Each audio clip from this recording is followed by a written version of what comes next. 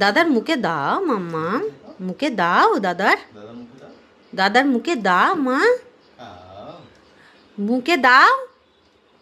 দাদা খিদে পেয়েছে তো। দাদা কান্না করছে দেখো। যা তুমি খেয়ে নিলে, তুমি দাদাকে। তো দাদা তোমাকে দিয়ে দিল। আচ্ছা কি বললো? বনু খাও বললা। তুমি দাদাকে আর একবার দাও, দিলে না? দাদার খাবে না তা? ঠিক আছে।